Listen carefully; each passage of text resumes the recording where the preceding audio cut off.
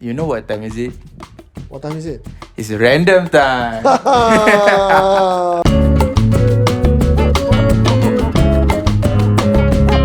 Welcome back to Random, where we random thing randomly. So, hi. So this episode, Ain tak ada tau. Ain elsewhere. This episode is not Ain. It's not about Ain. It's about me and my friend. Hey, yay. So, this is my friend. Boo. Should I address you Boo or? Well, you can call me Boo atau you want to be formal Dr. Wee Boo. Tak nak doktor lah. Because I know him before master.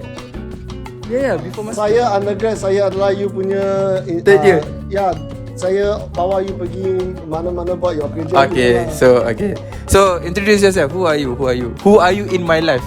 Okay, salam sejahtera semua.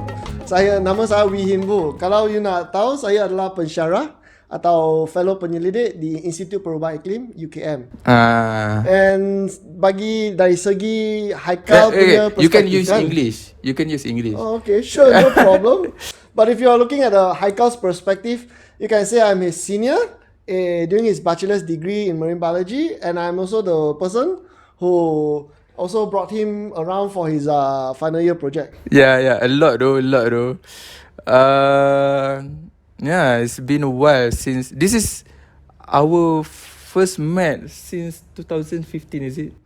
Since 2015, yes. The reason why is after 2015 saya pergi Jepun, and then I've been to Japan up until COVID when I returned to Malaysia 2020. Then after that, I contacted you, and then we had a sit up. Yeah.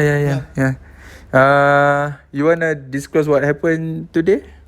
So today is actually Haikal with his grace, right? I invited him over to my place to have some simple shooting and some advice on how to make a professional shooting for an academician who is camera shy at some point. No, you're not camera shy actually. You are not used to making this kind of video. Yeah, probably. Too serious sometimes. Yeah. Okay. Just not put yourself where in your mind ada camera. Just you and me talking. Boleh? Okay. It's been a while, and what did you do on Japan? Oh, so actually I furthered my study in Japan back in 2016 under the Japanese government punya scholarship lah. Masuk Yeah, membusho. Masuk Yeah. Why with the face? Yeah. Yes, masuk. Yeah, I mean I'm trying to be humble now. Okay. So to put simply, how much it cover, not how well it cover, not how much the digit the numbers, how well it cover from your pocket money, your tuition fee. Yang tu scholarship tu dia memang cover semua benda, dari tiket penerbangan pergi balik sekali saja. Okay. They expect you to tinggal sana as long the whole study lah. Okay. And then dia tambah lagi dengan bagi stipend allowance. They provide you stipends and allowance for you. Okay. It's around, if you try to convert into Malaysia ringgit back that time before the changes of conversion rate, I will say around 6,000 Malaysian ringgit per month. And and also they waive off your tuition fees. Tuition fees in Japan is around 6 times 4, like 24,000 per semester. So this is a golden ticket, you will say it's a golden ticket, and it's also a very competitive ticket also. Oh, see. Right? It's not everyone every day boleh dapat punya opportunity. That is why it took me, once I dapat, I terus no hesitation. See. Tapi you apply during dekat UMT lagi ke masa tu? So for that particular cycle, yes, saya apply sebelum saya habis master saya. Okay. So saya apply, saya ada satu, at least masa saya apply tu memang ada satu goal dah, saya nak pergi sambung belajar. Okay. And lepas tu saya masa tu tengah buat master, so dengan itu saya ada satu goal untuk habiskan master saya. So dia ada orang cakap they'll say two birds with one stone. I set a goal for myself to finish out my study, and second thing is at least I have a goal set to go to Japan to further my study. See, this is good. This is first time for me to listen from you ah. You explaining all this ah. Macam apa hal dia pergi Japan? Macam mana dia pergi Japan? Bapa dia ni. I mean, yalah, that was my thought ah. Bukan, I mean coming back to your question is, I mean masa tu pun ada satu benda terjadi dengan saya, because you ada perasan tak masa saya buat master lepas habis tu tiba-tiba diam. What happened? Oh, so you sebab wanna boleh senang je. I mean masa tu saya sebelum tu saya ada satu deadline untuk buat saya punya defend saya punya master thesis. Betul. So sepatutnya di antara 4 hari bulan September masa tu 2015. 2015. And lepas tu saya memang prepare, memang stress gila dah. So saya pun dah prepare. Sehari sebelum tu saya dapat call daripada pengurusan, cakap kena delay 2 minggu. So 2 minggu delay tu, lega lah saya 2 minggu. So saya pun lega-lega pergi main pertandingan bola keranjang dengan kawan saya. Okay. Pergi main, putus pula kaki urat saya. ACL. Kiri kanan ni? Kiri. So dengan itu saya dengan tongkatnya saya ada di tangan, saya pergilah defend Viva saya. Habis-habis je defend Viva saya, teruslah masuk operation ward, and then pergi sambung balik urat ACL saya. Then sepatutnya ambil 6 bulan untuk recover kan. So saya ambil 4 bulan. Sebab tahun depannya saya kena pergi Jepun kan. So 4 months extreme, like very compact punya rehabilitation program, dan lepas tu 4 bulan terus fly pergi Jepun. Tapi masa 4 bulan tu you are on wheelchair or can stand walk semua? My progress actually surprised my rehabilitation punya orang, sebab saya sepatutnya mereka cakap 6 bulan baru boleh recover, at least jalan, but saya dalam 1 bulan I'm off wheelchair, off banyak support dah. The only thing saya ada adalah the knee brace lah, the ACL knee brace sahaja. Technically by bulan kedua, ketiga I can actually walk normally. And lagi satu bulan bulan keempat ni saya memang dah ambil luggage fly ke Jepun dah. So memang ada timeline yang sangat pack, memang pack. That's why saya tak ada masa pun untuk buat kerena yang lain dah. Nothing else to do but just recover. Tapi that all happen in Penang. You're from Penang? Yes. No, the competition happened in Terengganu, but the operation happened in Penang. Okay, how? Tapi macam mana? Penang, you kena kat Penang. No, I kena kat Terengganu, sorry, Terengganu. And then you Viva semua. Next, you rehab semua kat Penang. Yes. How you how you shift yourself daripada Terengganu to settle down kat Penang, ataupun nanti akan datang balik ke Terengganu ni? So ceritanya actually I consider myself as a miracle juga lah, sebab saya dari kecil sampai even now I'm seorang athlete, right? Saya exercise extreme exercise lah, macam main bola keranjang ke, pergi jogging, marathon apa semua, at least 2 hours a day. Okay. So masa tu memang saya punya body memang well built lah. And at one point juga masa saya kena ACL tu memang it was unfortunate, sebab posisi saya memang tak betul, kena push dari tepi, kaki tu memang bengkok, dia memang ankle sprain. Bukan ankle, dia memang ni saya memang ke satu arah yang memang dislocate, tak natural at all. That is why saya punya ACL boleh putus. Dislocate ke? Dia bukan dislocate, dia memang bend to the wrong, tear off, totally snap, rupture. So tapi doktor pun ada compliment lah, kaki muscle saya sangat kuat, very well developed. So since I'm my muscle well developed, but sebab ACL saya memang putus, so at certain angle saya punya knee memang tak boleh handle. So what happened is before my muscles start to degenerate, I immediately pick everything up, hantar balik ke Penang, and then siap habis saja saya punya Viva, saya terus balik Penang buat inspection semua, terus masuk operation room, terus buka. So saya punya window untuk pindah balik tu, when I moved back, the window was very short. It was like 2 weeks to 4 weeks after my defense, and then I just straight away go back. And then in fact, my graduation, I have to organize a mini trip for my family over for my graduation, and I did that with a snap ACL. I brought my family over even to Pulau Kapas. Pulau Kapas boleh balik hari. Takut you stay over masa tu?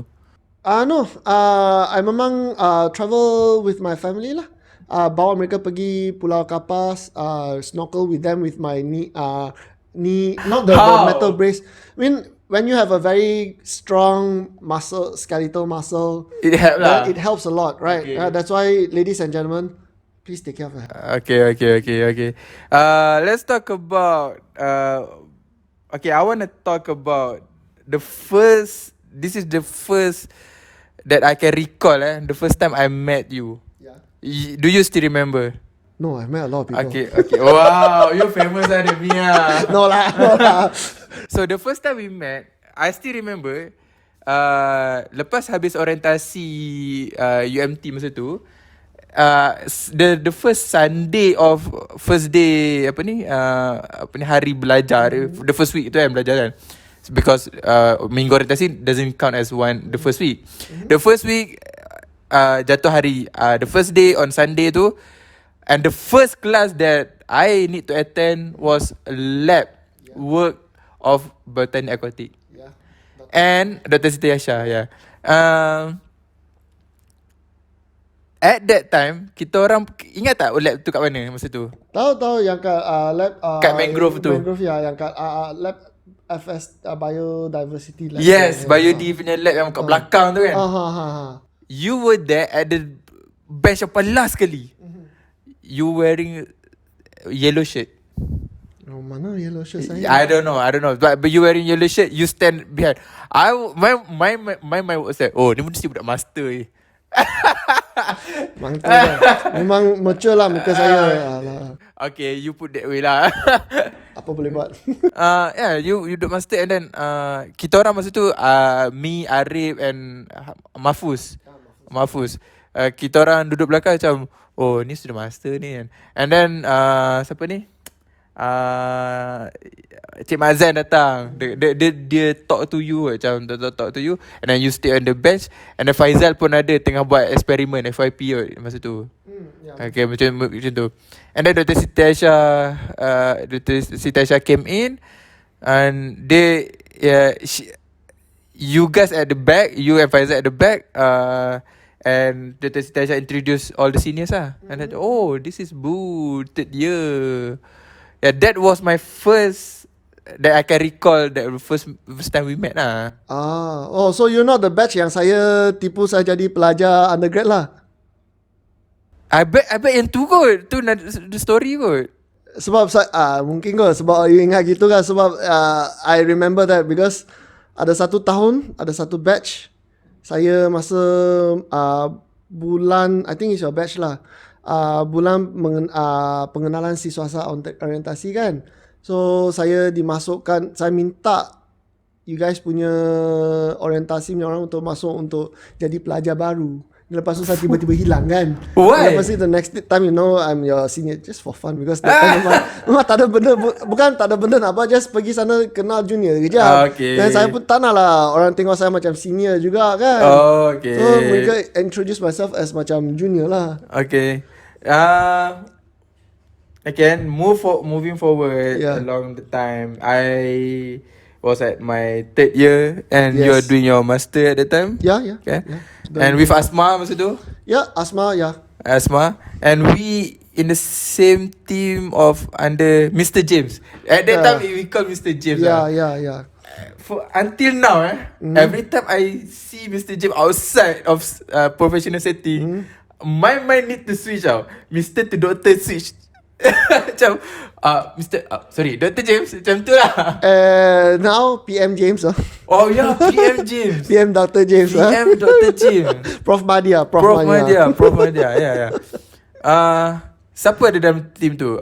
Me, you, Asma, Mahfuz. Siapa lagi ya? Sebab saya memang sometimes I akan mix up with cohort. Cohort who? You dengan ada lagi satu cohort saya bawa mereka pergi diving.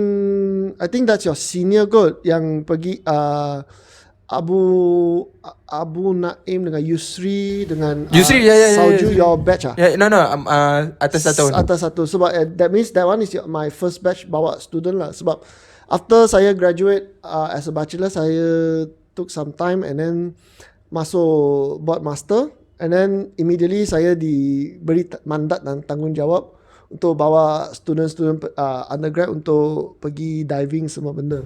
Oh yo. Saya dengan power gila sampai diberi mandat. Tak lah. So masa tu yalah memang nak buat research kan. So okay. Dengan science officer, dengan semua orang pergi diving redang Pulau Bidong, Pulau Perhentian untuk ambil sampel. So science officer mereka memang adalah tanggungjawab untuk to make sure we are safe. And then I'm as the senior of the research team, I'm also given the task to make sure that everyone is safe and then conduct the proper research methodology lah. So cara-cara buat research. I think you are my second or the third batch untuk bawa pergi research tu. Okay. Back to the team. Me, you, Asma, Masliah, Serena, yes. And Mimi. Yeah, Mimi. You know what Mimi doing right now? Dia bukan air stewardess Yes, stewardess. Serena WWF sebab saya memang ada contact dengan dia pun. Program ada project Not just project lah. I'm currently let's have a side track saya bukan banyak project pun. My track tu memang satu benda saja. I'm trying to introduce big data analytics and management untuk biology punya orang. Okay, see. Tapi dia buat ni apa? WWF. Nama Shark. Yeah, Shark. How that can be compensated? So Shark dia tu ada dia punya project dia, tapi dia punya hakiki atau dia punya kerja tanggungjawab her responsibility for her work is actually on WWF conservation work. Okay. So they sometimes they need some data or data management. I did give some advice or help out assistance in data sometimes. Yeah. And also if you're talking about other than that, I also actively in promoting introducing big data management skills into biology. Yang ni yang apa ni how to compute data-data in statistics semua tu kan? Yes. Kalau semua orang ada chance kan, if you have time you can always go to my Facebook page and maybe you can check on to my R programming. It's R programming is just a programming language that tolong you to buat statistic analysis atau I mean if you think statistic is too hard, right? Actually dia adalah satu kaedah untuk ambil data yang besar dan nak tengok pattern. Betul. Ya, nak tengok pattern. To put simply like that lah. Nak tengok pattern. Sebab sekarang ni banyak benda pun guna data. Kita pergi Facebook, kita data simpan di Meta. Kita pergi Shopee, dia simpan dalam Shopee punya database. So macam mana mereka nak tahu dia punya customer punya base, mereka guna data untuk tengok pattern. Betul. So big data now is not just on computer science dah. Apa benda pun guna big data. Faham. Back to the team. Sure. What do you think at that time lah? At that time lah, not now. What do you think of our batch of in Dr. James punya team? Macam budak-budak ni menyusahkan hidup lah. Macam, oh, they are more what? So, coming from a senior figure like that, right? I mean, we have to think No, about. at that time you already graduated, Yeah. not as sama sama undergrad. Yeah. Sebab, I mean, senior, I mean dari usia lah. I mean, often but not kita akan lupa. Saya pun pernah ada your time sana. So, if you are talking about whether I feel like you guys are ada age gap apa, I don't think that's a problem because masa tu memang if kalau you pernah dengar lah, from my end lagi banyak masalah dari saya. Okay. I give more trouble to people than people give more trouble to me. Because I mean, you can say I'm a monkey running around like dari dulu. Okay. That's why Ramu cakap, I can see you all around in UMT campus. Where are you? Right, I'm running around doing nuisance stuff. Even though you can see I'm currently now I'm a researcher and I'm a pensyarah. Back in the days, I'm quite a monkey myself. Okay, yes. Trouble lot. Not to say a troublemaker lah, but I was naive and young lah. Okay lah. Lah, boleh lah. I mean, you're coming back to your perspective of your batch. Our team je lah. For your team, right? It's okay. It's not bad. It's not. I mean, I won't say bad. I mean, it's above average in the sense that at least you guys can work your own project. Like for example, your project, you require dive non-stop for 1 day. So we managed to do it, right? We managed to come up with a good research results. And at the end of the day, your supervisor, James, managed to use your data untuk buat satu kaedah untuk macam mana nak menghindari haiwan pemusnah terumbu karang itu daripada bukan makan dari dia punya populasi mengembang dengan sebanyak, right? Untuk population control so that kita boleh we can preserve our coral reef. Betul. Small little experiment can become a very big very big effect or contribution. It's just depending on masa. True. Eksperimen tu I mean looking now at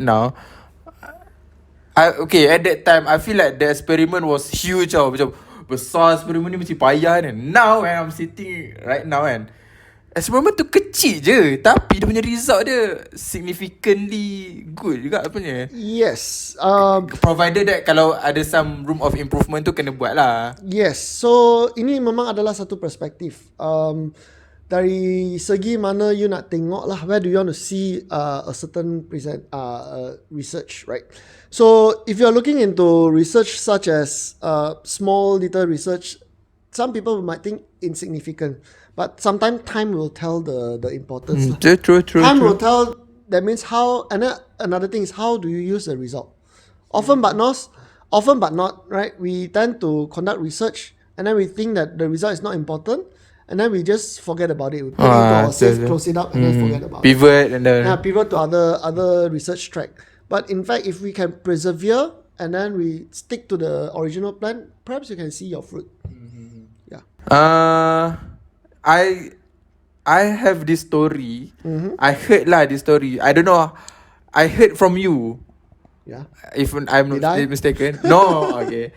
I heard from you about the Asma getting stung by COT. You wanna tell here or you don't want? Actually, getting what happened to her? Oh, okay. So I think this is more on jaga aib malu. Bukan nak jaga aib, but I'm actually trying to. This one you open up a good discussion about safety masa, not just about research but masa diving. Okay. So masa buat diving, it's very important that we have to keep ourselves safe. Okay, right? Okay. But again, if kata sometimes it's not just human error. Okay. It's also sometimes the circumstances that you cannot control pun. Cannot control pun, memang kena sengat, memang kena sengat lah. So but how it happened? So dia memang dia ada suddenly kita nak cuba ambil haiwan COT tu dia memang pemangsa untuk terumbu karang. Correct. Coral reef. And then at the same time that crown of thorns, it itself, it has a defense mechanisms towards other predator on them. Okay. So dia pemangsa tak makan mereka. Okay. Dia ada jarum.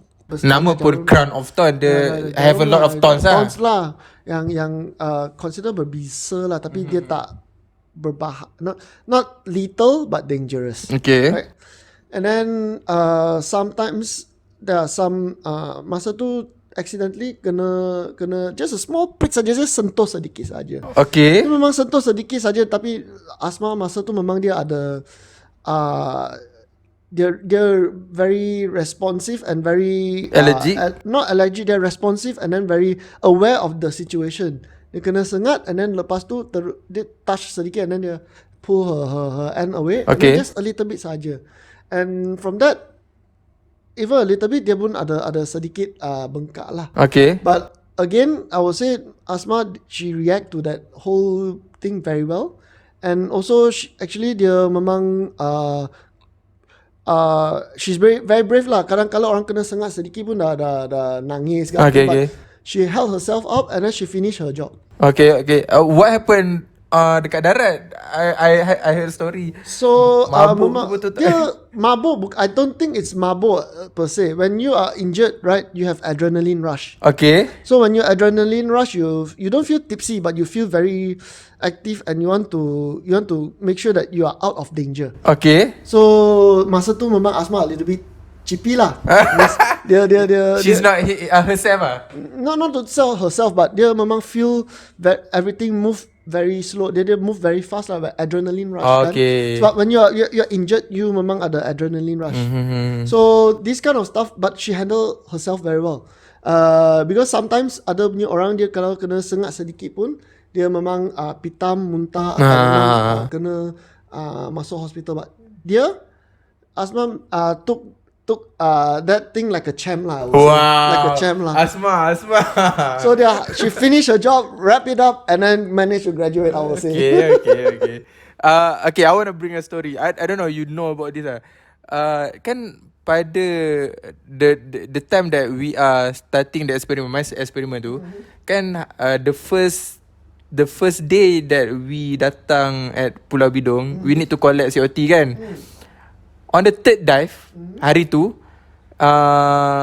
current was bad during ascent. Kan I was holding the net. Dalam net tu ada banyak COT lah kan. I want to approach the boat. So dekat kita bawa macam ni. So bila kita approach, we are moving forward. Arus tu akan push. Yeah. I got stung 3 dot dekat apa ke? 3 dot dekat apa. So macam okay, bila we pakai seluar tak nampak lah. And then bila naik dekat boat, dah masuk dalam ni, dah buat semua kerja, buka seluar semua, I saw 3 dot tu. I was like, I got stung. And then lebam biru. And then malam tu yang I met you, I thought, Bu, I kena stung dekat COT. Lepas tu you cakap, mana tengok sini. Tak ada apa ni. You said like that. I thought, I'm gonna die or what ni? No lah. Like I said, it's dangerous but not lethal. So but for me at that time, I was naive. I don't know. Macam, I'm gonna die or I'm gonna be tipsy or what. I'm so... It's adrenaline rush. But that tree stung that time was just a small little prick saja. You still remember? Yeah. Oh, sebab, you still remember? Sebab kalau you saya pernah tengok lagi teruk adalah dia memang jarum tu, the thorn tu memang masuk daging. Nak keluar pun Patah susah. dalam? Patah dalam. Macam mana boleh keluar? Pergi hospital. Okay. So pergi hospital. Sebab masa tu memang dia memang what you call it, crown thorn tu dia hide underneath the pier. Okay. Jetty. Okay. Dan tak tahu, memang tak nampak pun. Kalau kita nak naik jetty, kadang-kadang kita kena slowly naik tangga tu kan. So nak pergi tangga tu tak tahu crown tu kat bawah. So dia kaki tu tersangkut kat bawah jetty tu, and then ada kena COT situ. COT kat sana, and then patah dalam sana. So kena bawa pergi hospital untuk keluarkan lah. Yang tu orang tu dia sihat. Dia sihat. The thing is, it's dangerous. Again, it's dangerous, not lethal, but sakit lah. Sakit lah. Yeah, my effect at that time, the leg macam tak, it's not function well. I'm not function well. Dia macam rasa macam kebas, and then dia macam tired lah. Dia tired macam lengar macam apa, I have another 2 weeks tau untuk eksperimen. Actually itu adalah badan kita untuk react kepada kecederaan. So dia cuba isolate tempat tu, and then badannya cuba untuk fix the problem lah. So yeah, again, masa tu we have to disclose, right? Masa tu you buat eksperimen dengan sanction, and then we done it in a very safe space. Betul. Right? It's just that kadang-kala environment tu dia kita tak control. Tiba-tiba dia tukar, and then kita nak try to react to it pun susah. But again, this thing could have been worse, but we managed to at least handle it with utmost care, and no one actually ada kecederaan yang teruk lah. Again, this thing we need to have a proper SOP. And then don't take it easy lah. Don't take it lightly. Don't take it lightly lah. Yeah. About the Chinese tea, how to drink? Don't ask me, but I just buat. So, saja. Okay. So no lah, don't have to buat banyak sangat pun, sebab ini memang unofficial punya Chinese tea saja. Unofficial? Yalah, kalau nak buat memang betul-betul punya Chinese tea, you kena rinse dia punya teacup, and then lepas tu teacup ni kena rinse? Ya, kena rinse and then buang, then baru minum. Just tuang and minum je lah. So in front of us, for those who are on Spotify, Boo serve Boo wife serve a jug of Chinese tea. Yes. And I believe I drank before.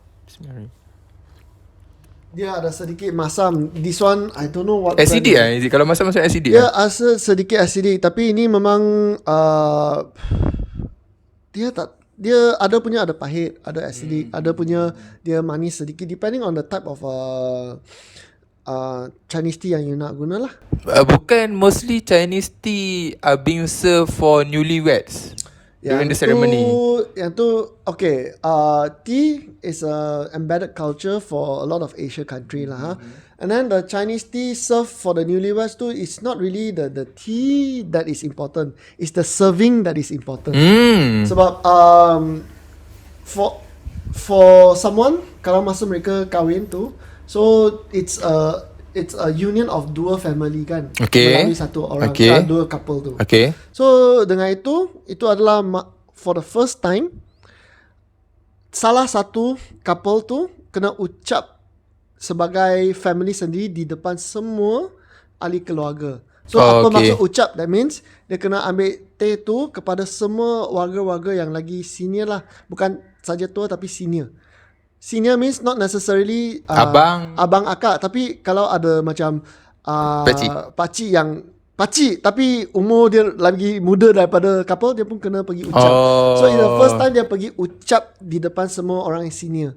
Dia panggil pakcik ke, panggil makcik, panggil mak, ayah, nenek, datuk, semualah for the first time. And then the reason then dengan itu mereka kena serve teh tu kepada semua senior-senior lah. Did you do that? Yes, of course, kena buat lah. Sebab ini memang satu culture dalam Chinese punya culture, whereby I would say it's a practice lah, right? Like for example, you pergi it is one of the rare moment, right, di mana semua ahli keluarga belah datang untuk celebrate the union. And it's very rare untuk tengok semua keluarga datang. So dengan itu semua ahli keluarga present kan. So it's the first time semua the couple boleh kenal siapa orang yang senior generation. Dan mereka boleh, so bila you serve tu tahu lah ni siapa, dia ni level mana, level mana. At least kita boleh hormat lah mereka for the first time. At least kita ucap for the first time tu kita tahu itu uncle. So lain kali Chinese New Year tahu itu uncle lah. Yeah, okay, faham. Yeah. Back to Korea. So this is random tau. I mean, this is how random work. I will jump to one topic to another, just tiba-tiba Chinese tea, and then tiba-tiba back to Korea, and then that's how my episode. Boleh. So after Japan, how, I mean, they right, you want to discuss where you work right now? You already told lah. Yeah, already told. How you can advertise macam, we need someone expert atau macam they blast the ni. Macam mana saya dapat pekerjaan saya sekarang. So Sebelum UKM, saya kerja sebagai pasca kedoktoran postdoc lah, as a postdoc for UM. So before my postdoc position UM also, I've been keep on applying for position, and one of the advertisement masa tu keluar untuk UKM, especially dalam Institut Perubahan Iklim. So saya apply lah position sebab mereka nak satu orang dalam biodiversity. So saya biodiversity, so saya apply lah and masuk interview. And for your information, I always tell everyone that I meet, masa saya interview kat UKM physically itu masa bulan berapa lah saya tak tahu, dalam tahun 2020 lah. Okay. That was the first time saya masuk compound kampus UKM. Wah. Sebelum tu saya tak pernah masuk UKM. Sebab memang masa tu, I mean, even conference ke sebelum tak pernah buat? Tak. Okay.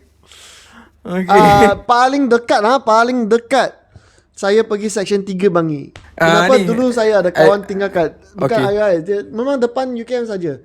Sebab saya dulu ada kawan tinggal kat section 3 Bangi.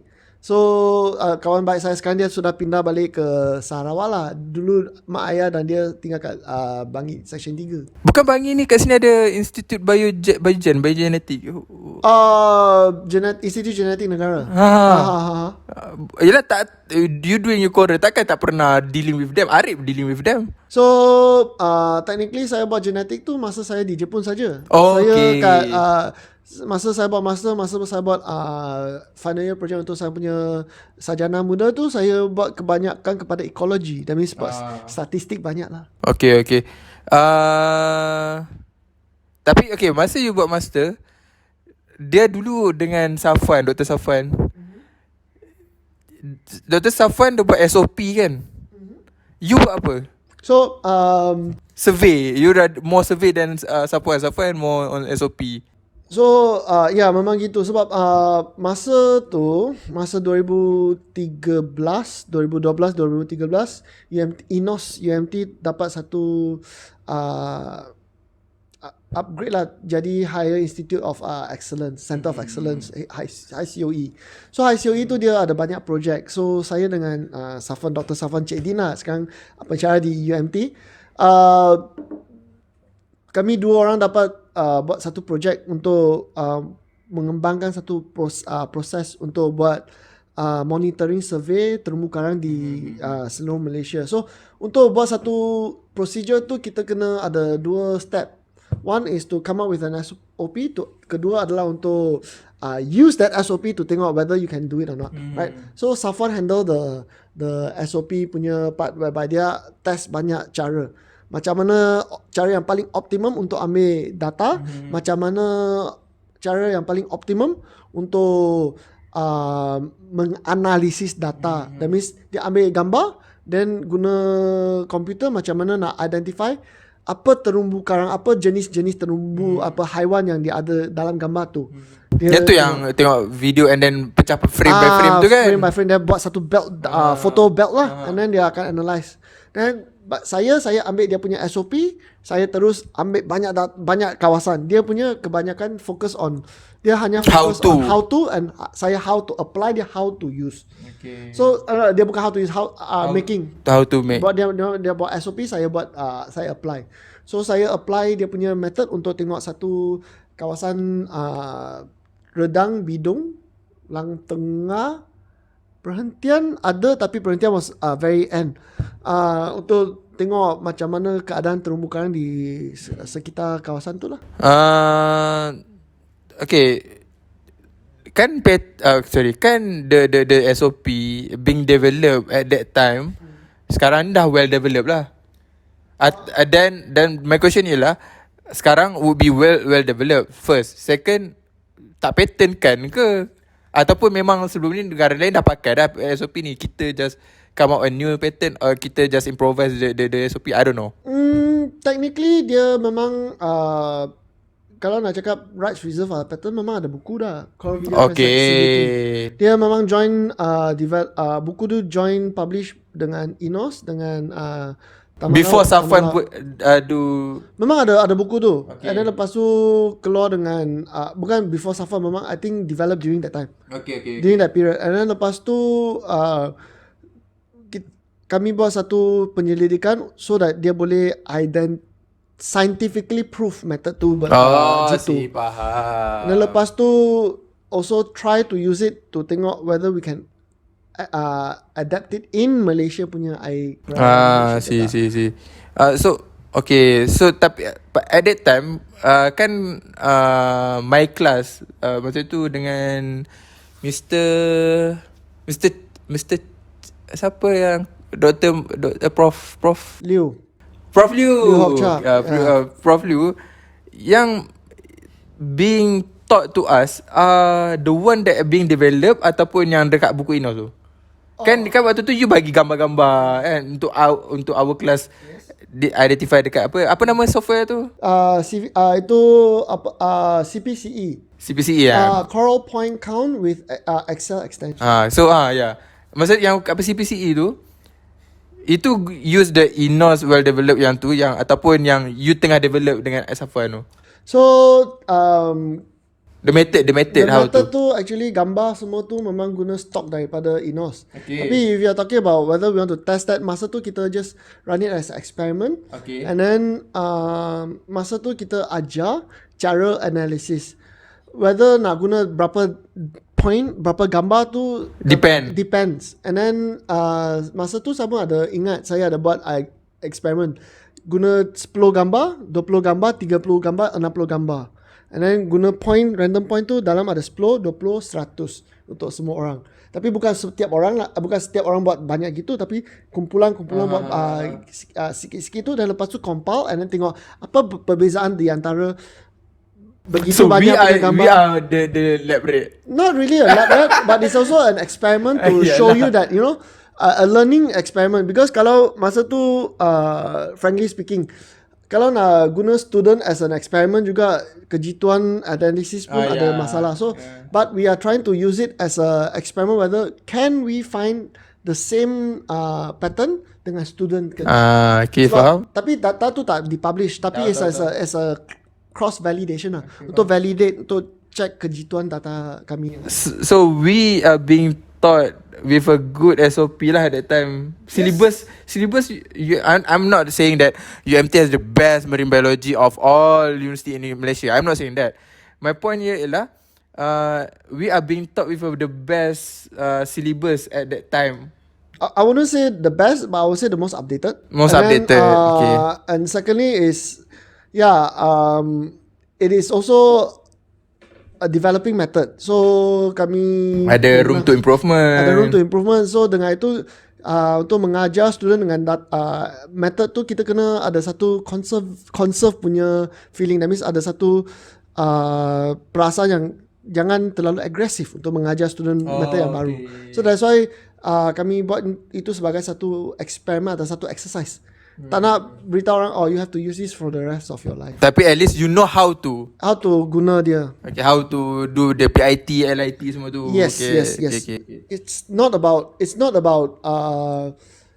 the definitive atau satu jalan saja, tapi untuk macam ajar student macam mana kita apply dan macam mana kita jadi fleksibel untuk tukar sedikit so that dia boleh digunakan dalam situasi yang berbeza. I have a lot of I ask you a lot of questions. You don't have any question to me?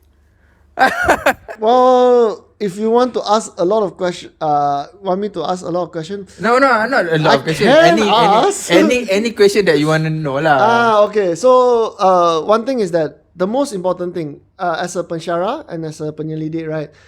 I really kena duduk serius ni. Okay, fine. So my question is not a question per se, but untuk satu perspektif, right? Adakah kita perlu start satu movement di mana kita boleh buat satu pengacaraan atau video atau media di mana kita boleh buat accessibility kepada penyelidikan sains, STEM lebih senang di-accessible oleh para Malaysia. Sebab the reason why I raise this is because recently memang ada penulisan atau news cakap pelajar-pelajar Tak minat. tak minat nak buat Betul, stand. betul. So that's another reason saya jemput anda ke rumah saya. This is my show and then you asking. Yes. Okay. Dia memang kena benda yang berilmiah sedikit sebab untuk negara kita maju, kita kena ada, kita perlu ada satu kohort kumpulan yang besar yang ada bertauliah untuk memajukan negara. Kan? Okay. I don't know lah. I don't know you know about this. I understand your answer. To put simply macam ni, should we have a group or a big movement where media are being highlighted about science so that the science are accessible to public kan? When I was started doing videos on ML, okay, sorry. People thought that the name Hekalium was created when he do video on ML. Maksudnya Haikal ada sebab ML. No. After graduate UMT and I'm doing master, I have a lot of time. Don't ask me how I have a lot of time while I'm doing master, but it happened. Now questionable lah my master. So here's a question for you lah. Whether you are the master. So persoalannya, adakah anda buat master you the right way, so much efficient that you are the master, atau you did it the wrong way that you tak tahu nak buat apa, you are the master? Safe answer would be I struggle lah. I struggle with my master also, and then that's time during night time lah mostly. Masa tu dah start dah I do videos on ni. I still remember at that time kalau dapat 10k views on YouTube, kira trending dah. Kira dah viral lah video ni. I deliver a video where I talk myth of marine biology. Still there on my YouTube. So sekarang ada berapa? 10? Tak tahu 20 kot, tak tahu 20k. At that time 10k talk, I was people want to know about the myth of marine biology. So I thought lah, okay, I give 5 myth lah macam tu. I give, okay, this is the myth, and I explain, is this myth true or not? So that's Mythbuster. Yeah, mythbuster about marine biology. Okay.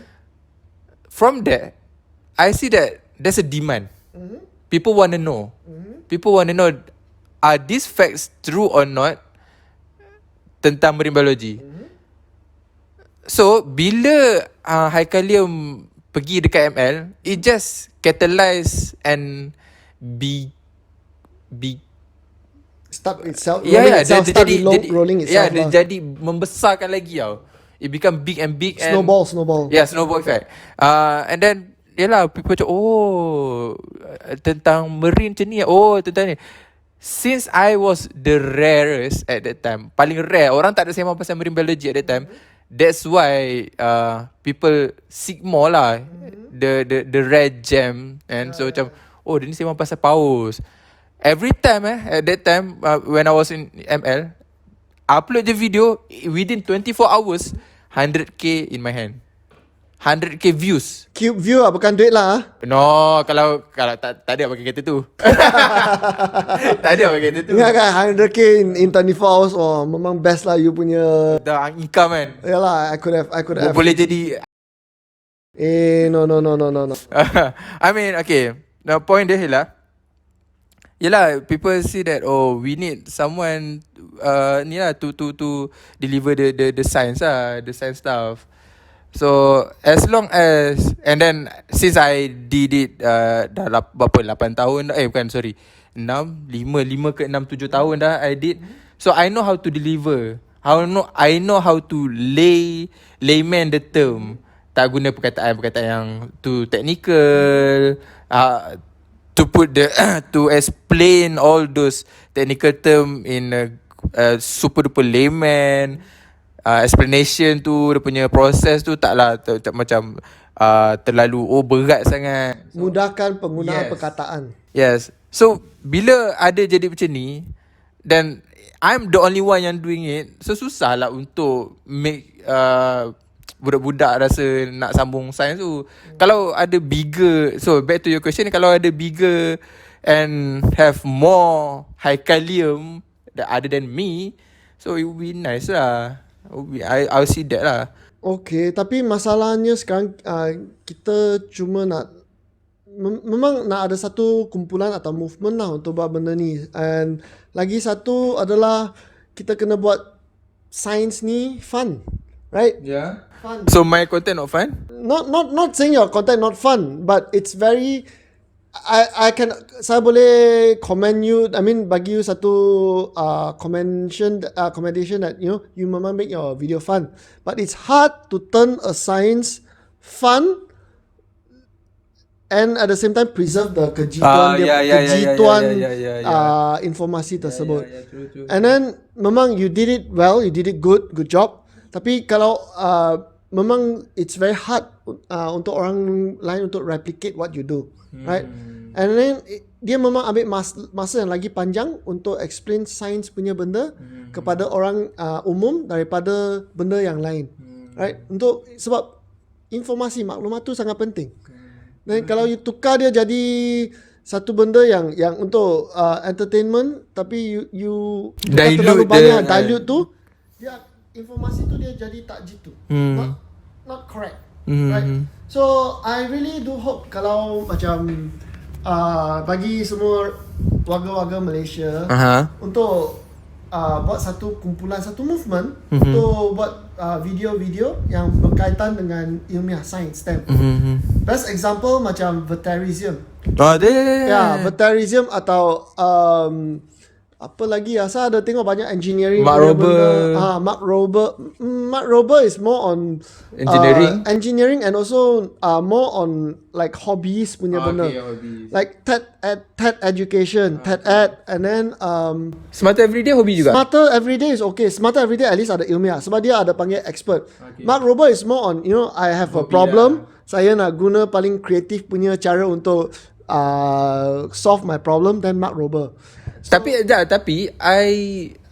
this is I have a different opinion tentang ni compared to you. Ialah that's how you ignite the spark of people or children to liking science. Yes, that's true. But it also only limit your. I mean, I would say it limits the topic yang you boleh cover. Oh really? Yeah.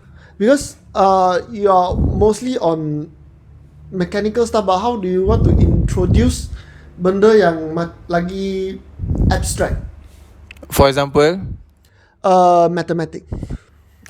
See. TED education memang buat satu filosofi, video dia memang baik.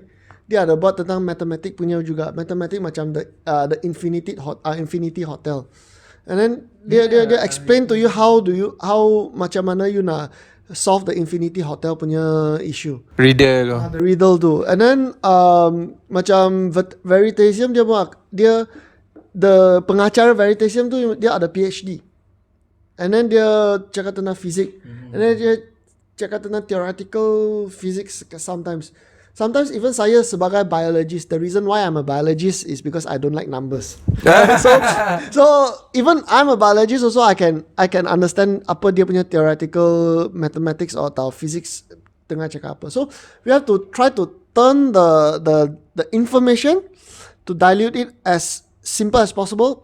Not simple to the very simple bottom, but as simple as possible at the same time still retain the correctness of the information. Okay, about that, the part yang you become biologist because you don't like numbers kan. You wanna know? I'm actually my forte back in, and I already identify myself back in matrix. I'm good in physics and chemistry tau. And kan matrix. You from STP, right? Yes, STP.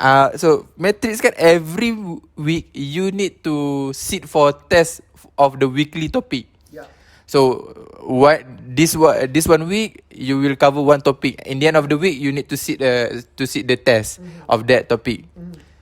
Back in masa matric, every time you fail the test, you need to resit lah. Yeah. To make your grade better kan. Yeah.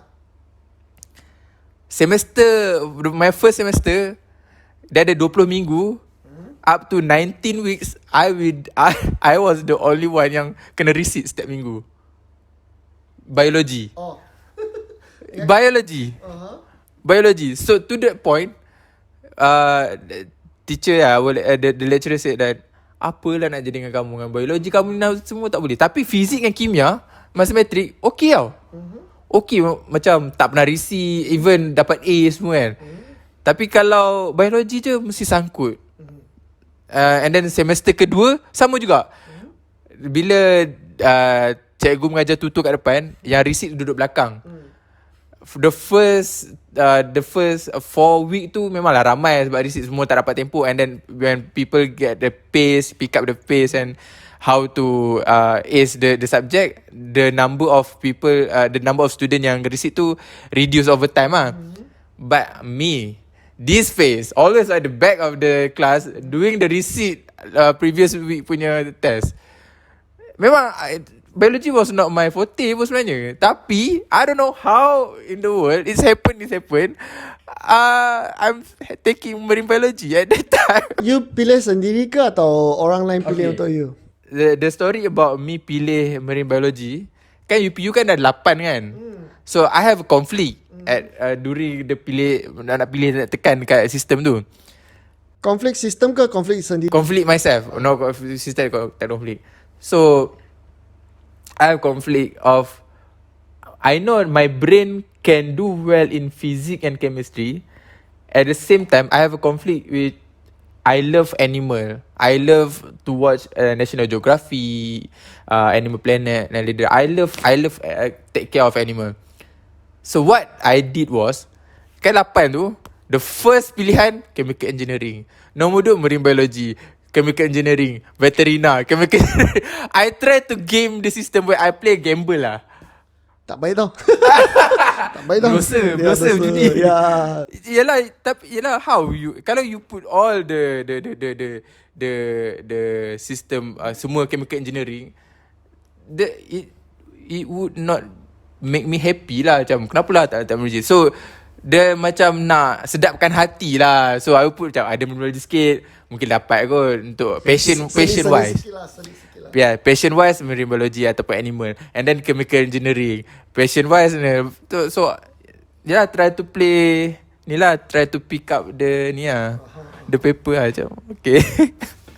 That's how I end up become marine biologist. So then that's how you play with the flow lah. You just follow the flow. Yeah. Okay. Not surprising. Tapi bila buat master, I'm better lah at doing my master. Sebab my master play more on chemistry. Endocrinology No, toxicology. I detect imagine that detection of heavy metal, but I detect pharmaceutical and personal care product. All those toothpaste, hand compound yang dalam hand sanitizer tu dalam muscle, dalam kupang. Bukan muscle. No, muscle kupang. You eat pasta and tom yum kan. So I detect all those compound inside ni. So in one sentence, dalam satu patah perkataan ayat tu, please summarize apa nasihat yang you boleh bagi tentang topik penyelidikan you tu, master tu, kepada semua orang umum. One sentence Jangan makan kupang. No. We need to regulate. We need to have a better regulation of SOP, regulation of law and SOP, how to harvest the kupang. Because one of the hypothesis that I try to test ialah, would tide affect the detection of the compound. So I try to compare between low tide and high tide. So during the low tide, more detection of compound. Low tide. Low tide. Sebab dia punya teori dia ialah those compound kan dia berat, dia ada all those compound molecule, dia ada GC mass, dia akan settle down dekat ni bottom. So bila kupang are being farmed by vertical dekat atas pelampung and the vertical to the bottom. So bila air tu surut, dia dia lebih dekat dengan bottom. So compound tu akan lebih senang dapat dekat muscle. So kalau air pasang, ialah jauh lah dia dengan ni tempat settlement of compound dekat. So that means sedimen. Air surut, masa air surut dia jangan harvest. Jangan harvest sebab kupang tu dia akan dekat dengan dasar laut, sedimen tu. And sebab dasar laut tu dia ada banyak compound yang telah kumpul di bawah dasar tu. And correct me if I'm wrong kan, kupang tu dia adalah haiwan yang buat filter untuk betul filter feeding. Sebab dia di bawah dasar laut tu dia nak filter air untuk dapat makanan. Dia terfilter compound tersebut, and then dia terlekat lah dalam dia punya insang atau dia punya daging kupang tu. So dengan itu baik kalau kita tak letak pelampung atau vertical farming tu, kita just buat dia mendata and then minimum depth daripada kedalaman atau ketinggian dari dasar laut. And then dengan kedalaman ketinggian dari dasar laut. So kita ada minimum. That means kalau dia cakap 5 meter, dia tak akan got affected kan. So kita kena buat satu pelampung sistem di mana kupang yang tergantung tu, di mana air surut, bila air surut dekat situ je start. Dekat situ macam dia paling dekat dengan air dasar laut tu 5 meter. Okay. Tak boleh lebih dari sana. I was thinking about that at that time. Tapi the argument would be macam ni. Kalau kita orang, sebab the farmer ialah orang-orang asli Johor. So this farm located the water bodies between Malaysia and Singapore. Selat Teberau. Okay. Dia punya I was thinking about that. Tapi the farmer said like this. Kalau buat macam tu, ayang expose tali. Dia pakai tali biasa je. Bukan tali rafia, tali yang ikat boat tu lah. Tali biasa tu je, to attach dia kupang dekat tali tu. So bila you expose too long, nanti reput, and then hilang satu tali tu, satu kupang tu. They will lose their income lah. So tapi tak boleh bagi mereka banyak tali, tapi pendek sedikit tak boleh Dia risau nanti putus. So in order to do that, let it be the tali submerged totally dekat pelampung. So dia letak pelampung and the tali. So the pelampung and the tali, all the kupang tu will follow the tide lah. Kalau dia ni. So kalau I understand macam dia macam ada fixed length, and then let the tide change tu between the tali and kat atas tu je kan. Nanti dia akan cepat reput. Okay. And then lagi satu adalah kita boleh tengok dia macam pelampung ikut aras laut kan, naik turun. Tapi panjang tali tu kenalah tak melebihi panjang di mana masa air surut, masa air surut, panjang tali tu kena at least berapa meter di atas. Berapa meter, sentimeter yang tak akan affected by the so kalau dia naik, kalau even air pasang, tali tu dia akan jadi lagi jauh daripada dasar laut lah. Tapi when air surut, dia akan turun sesama dengan, tapi tak akan affected dengan accumulation. That's why the first part of my sentence, regulation. Regulation. Of course, you are being the farmer. You want to gain more profit. So they put the long line lah. So dengan itu kita bolehlah buat satu kesimpulan, right? Dengan ini adalah sebagai nasihat. Kalau you nak buat. Tak buat, berilah. Kita kena beritahu lah dengan jitu-nya apa akan terjadilah. Not necessarily dia akan memundurkan kesihatan kita, tapi kita tahu kupang tu ada banyak compound itu. Betul. I don't know this is worse or not. For me it's worse. I detected 72 compound. 72 compound. Kita pun manusia, kita lagi banyak compound. Okay, fine. 72 compound you kata biasalah. 72 compound, and the compound yang detected dalam muscle tu ialah kadang-kadang yang illegal drugs. Oh, so Macam ice. ada Yes. Okay, tak apalah, illegal drug tu mungkin lah ni. Okay, you know imatini medication for cancer. Ada dalam compound, ada dalam masa. So you are eating something that you should not. Okay, so I think this is also your research actually is a very good research. And then- Preliminary, memang tak pernah buat kat Malaysia. So dah ada orang publish dah publish. Oh, you want to publish it? You take my idea. No lah, I'm not going to publish. You the one who do the research have to publish. But I have a story, but I cannot tell here. no worries. But and anyway, it also It's a good result It raise an issue lah. Bukan sebab bukan kita jangan makan kupang, tapi Betul. kita kena How to regulate lah. bukan saja regulate, tapi kita pun ada masalah dengan our sewage system. Betul. Sebab datang dari mana benda tu? Oh, you tahu betul, memang betul. The story begin from the sewage lah. Yeah, I mean, betul. as a ecologist, and then as a biologist, semua benda-benda ni takkan tiba-tiba terkeluar daripada badan kita. Betul. detect It started from how we consume the Panadol, contoh the paracetamol, and then keluar kat sewage, and then macam mana kita treat our apa. So sewage kita management. memang we have to rethink our sewage management system atau upgrade lah, right? So that's why it is important for us to have a scientific discussion.